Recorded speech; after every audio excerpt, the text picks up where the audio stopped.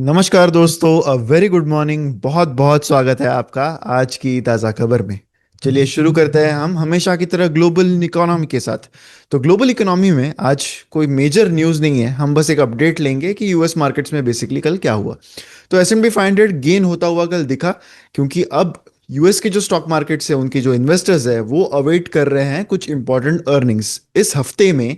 अब एक्सपेक्टेड है कि अर्निंग्स आने वाले हैं ऑफ अल्फाबेट एंड टेस्ला, जो one of the biggest companies है।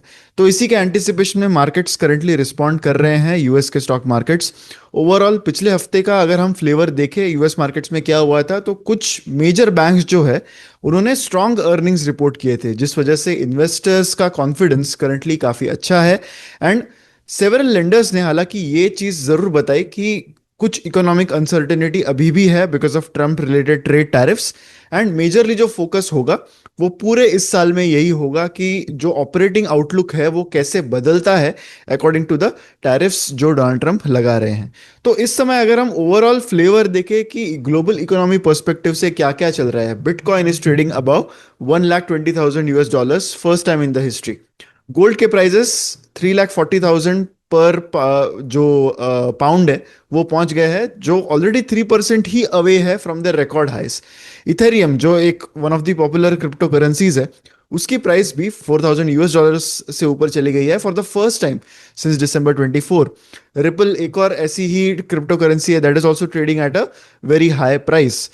ओवरऑल 10 ईयर का जो यील्ड है that is set to break above 4.5%। तो दैट क्लियरली शोस यील्ड्स बढ़ रहे हैं, मतलब बॉन्ड के प्राइसेस नीचे घट रहे हैं। बॉन्ड के प्राइसेस घट रहे हैं, इसका मतलब क्या है कि इन्वेस्टर्स आर सेलिंग बॉन्ड्स।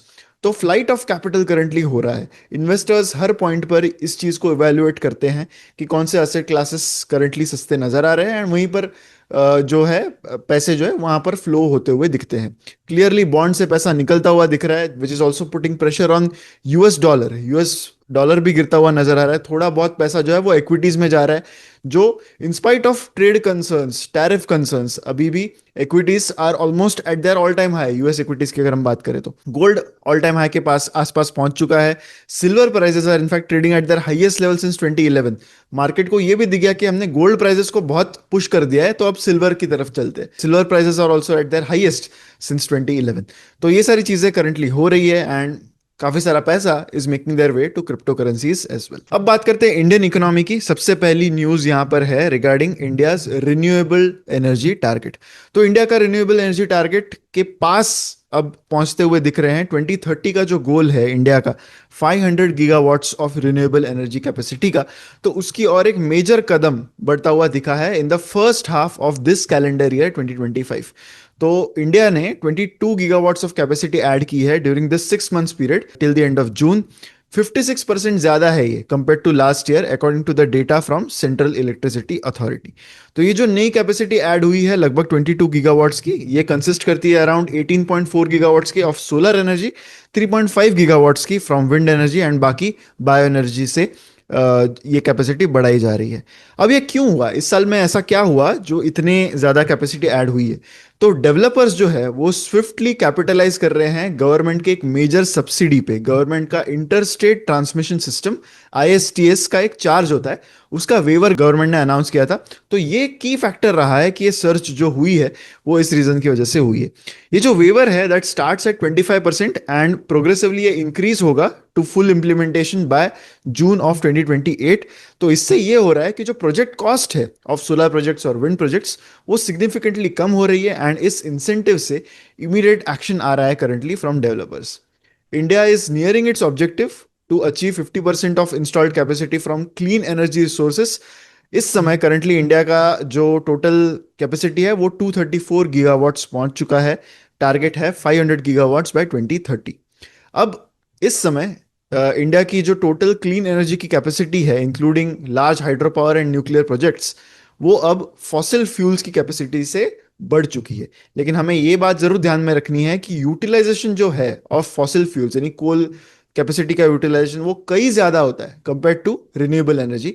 तो रिन्यूएबल एनर्जी में प्रॉब्लम ये है कि कैपेसिटी ऐड करना दिक्कत नहीं है, पर उसका ज्यादा यूटिलाइजेशन कर पाना वो एक मेजर चैलेंज है। एंड इसीलिए आपको बहुत ज्यादा कैपेसिटी एडिशंस करने होंगे just to match the energy that is produced by thermal power plants. अभी भी coal accounts for three fourth power generation जो है वो कोल से ही होता है, एंड वर्थ वर्ल्ड का थर्ड लार्जेस्ट एमिटर है India, and continues to expand capacity. Coal में भी कैपेसिटी एक्सपांड हो रही है, क्योंकि आगे चलते हुए एनर्जी की रिक्वायरमेंट इतनी ज्यादा होने वाली है कि सिर्फ रिन्यूएबल एनर्जी की कैपेसिटी बढ़ने से नहीं होगा, कोल की भी कैपेसिटी बढ़ाने की जरूरत पड़ेगी। अब बढ़ते हैं स्टॉक वाइज अपडेट्स की ओर, जहां पर काफी कुछ दिलचस्प रिजल्ट्स और बाकी खबरें हैं यहाँ पे। सबसे पहली खबर जो है वो है regarding Bajaj finance.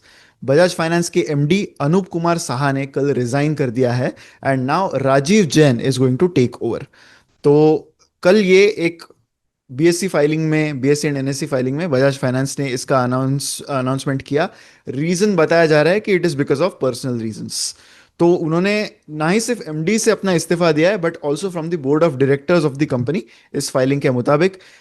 In fact as per some of the rumours, Anup Kumar Saha बताए जा रहे हैं कि एक पोटेंशियल कैंडिडेट है for IndusInd bank's top position of MD and CEO.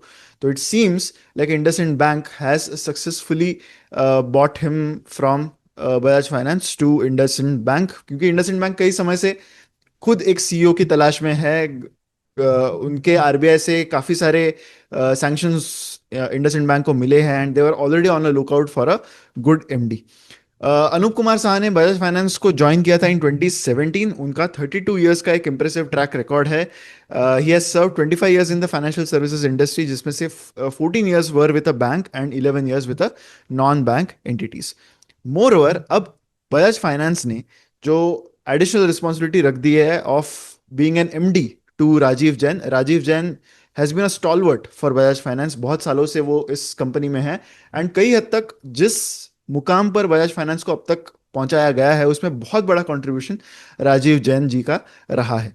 तो अब वो ऑलरेडी बोर्ड पर थे, उनको सिर्फ एक ओवरसीइंग रिस्पॉन्सिबिलिटी दे दी गई थी जब अनूप कुमार साहा ने as an MD take over किया था ऑफ बजाज फाइनेंस। तो वो ऑलरेडी वाइस चेयरमैन है, एंड अब उनको एक एडिशनल रिस्पॉन्सिबिलिटी मिली है of being an MD till the reminder of his term, which is till March 31st 2018। इसी साल में राजीव जैन जी को बजाज फिनसर्व का एडिशनल डायरेक्टर भी अपॉइंट कर दिया गया था, and he has served as the MD of the firm from 2015 till March of this year, and now he has been again reappointed as the MD. UltraTech cement के Q1 के results की बात कर लेते हैं। नेट प्रॉफिट कंपनी का 49% बढ़ गया है टू अराउंड 2200 करोड़। मेनली इसमें बहुत सारी चीजें कंट्रीब्यूटिंग फैक्टर है, जैसे कि सीमेंट के प्राइसेस जो थोड़े से बेहतर हो गए इस क्वार्टर में, वॉल्यूम ग्रोथ भी दिखी है। तो सबसे पहले वॉल्यूम ग्रोथ की बात कर लेते हैं। Q1 में अल्ट्राटेक सीमेंट की वॉल्यूम ग्रोथ 9.7% से बढ़ी है, लेकिन इसका main reason organic volume growth नहीं है, but mainly because of the amalgamation of both its recent acquisitions. तो रिसेंटली उन्होंने इंडिया सीमेंट्स और केशोराम इंडस्ट्रीज का सीमेंट बिजनेस अक्वायर किया था, तो ये एक मेजर रीजन है कि वॉल्यूम में अपटिक दिखा है। चैनल चेक्स के मुताबिक ऑलरेडी ये एक्सपेक्टेड था मार्केट्स को कि सदर्न और ईस्टर्न मार्केट्स में after a very sluggish period जहां पर प्राइजेस बढ़े नहीं थे, फाइनली प्राइजेस बढ़ने लगे।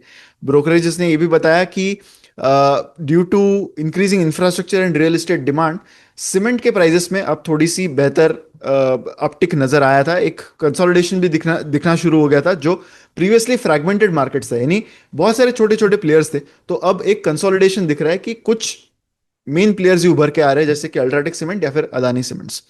तो फॉर दिस रिपोर्टेड पीरियड जो कंसोलिडेटेड एबिडा है कंपनी का, अल्ट्राटेक सीमेंट का, वो बढ़ गया है बाय 44%, जबकि एबिडा पर टन जो है उसमें भी बहुत मेजर अपटिक दिखा है, and it has come up to around 1248 rupees per ton, जो 337 रुपीज हायर है compare to the same quarter last year. UltraTech की मैनेजमेंट ने यह भी कहा है कि they have manage to turn around the financials of India Cements, जो एक स्ट्रगलिंग फेज में चला गया था, which had significant market share in southern markets. But इस कंपनी का प्रॉब्लम यह था इंडिया सीमेंट्स का कि यहाँ पर बहुत सारी डेट थी, एंड काफी हाई कंपटीशन वो फेस कर रहे थे from a lot of players in the southern market. तो अल्ट्राटेक सीमेंट ने यह भी अनाउंस किया कि वो एक केपेक्स प्लान इन प्लेस ला रहे हैं, ताकि इंडिया सीमेंट्स की जो फैसिलिटीज है वो अल्ट्राटेक के खुद के स्टैंडर्ड्स तक वो ला सके। अगली जो न्यूज है that is regarding Zomato parent which is eternal, जो नया नाम उनका रहा है। Q1 में कंपनी का रेवेन्यू जंप हुआ है बाय 70%। हेडलाइंस आपको ये जरूर बताएंगी कि net profit has gone down by 90%। अब ये 90% नीचे जाने के बाद भी स्टॉक प्राइस 7-8% से कल ऊपर था। इसके पीछे का आपको अंडरस्टैंडिंग अगर लेना है तो आपको जोमेटो ये कंपनी को डेप्थ में समझना बहुत इंपॉर्टेंट है। अगर आप चाहें तो मैं इस पर एक डिटेल वीडियो आज रिलीज करूंगा। अगर आप कमेंट्स में मुझे बता दीजिए कि आपको एक डिटेल में जोमेटो पर वीडियो चाहिए या नहीं, regarding what is exactly happening, क्यों markets are rewarding the Zomato stock price even after such results, right. तो इसके लिए हमें रिजल्ट का कंटेक्स्ट समझना बहुत इंपॉर्टेंट है। मैं शॉर्ट में आपको इस वीडियो में इसको समझा दूंगा। तो 90% से प्रॉफिट डिक्लाइन, यही आपको हेडलाइंस दिखेंगी। 25 करोड़ का प्रॉफिट रहा for the first quarter which is down. पिछले साल के सेम क्वार्टर में लगभग 250 करोड़ का प्रॉफिट था। तो सबसे पहले ओवरऑल रेवेन्यू नंबर की बात करते हैं, क्योंकि रेवेन्यू ग्रोथ की वजह से ही stock markets are looking at Zomato positively right now. तो रेवेन्यू हैज ग्रोन बाय 70.4%। अब कंपनी का रेवेन्यू 7,000 करोड़ से ऊपर रहा इस क्वार्टर में।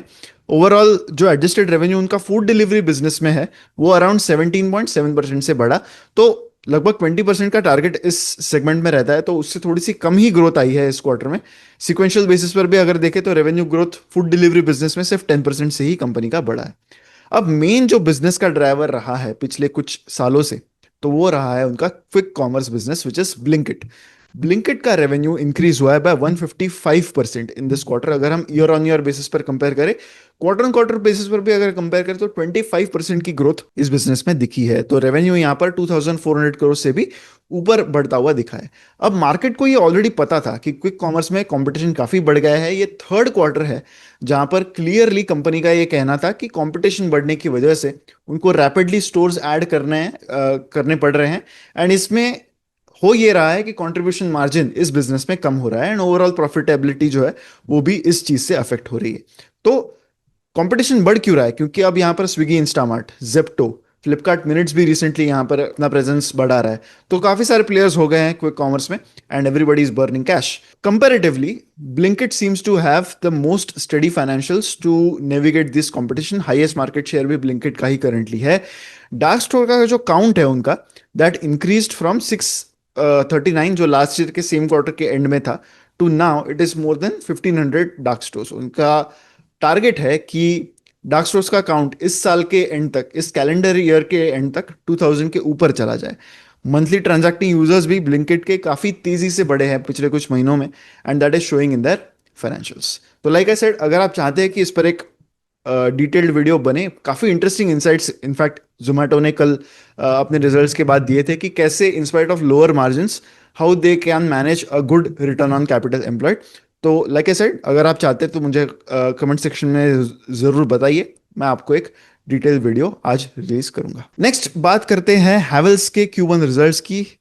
The AC business was not at all good for the company in this quarter. Revenue overall company का 6% से घटा है इस क्वार्टर में, राइट। तो जो ड्रैग है टॉप लाइन में, that mainly came from the electrical consumer durable business and Lloyd consumer business. Lloyd consumer जो उनका एसी बिजनेस है, उसमें 35% से रेवेन्यू डिक्लाइन हुआ इस क्वार्टर में। मेनली उसका रीजन है कि summer was not as good this year. एक टेपिड समर सीजन रहा कंपनी के लिए इस साल, एंड जो मानसून है वो भी थोड़ा सा अर्ली स्टार्ट हुआ। Early onset of the monsoon की वजह से AC business has not really done well. ये पहला एसी बिजनेस का हमें नंबर सामने आ रहे हैं, और भी बाकी एसी कंपनीज के सामने आएंगे तो वहां पर हमें पिक्चर और भी क्लियरली दिखेगा। इबिडा कंपनी का 10% से गिरा है इस क्वार्टर में। Net profit also declined by somewhere more than 10% for this quarter. अगली जो न्यूज है that is regarding Titan. Titan is going to acquire 67% stake in Damas jewelleries, जो गल्फ बेस्ड एक ज्वेलरी बिजनेस है।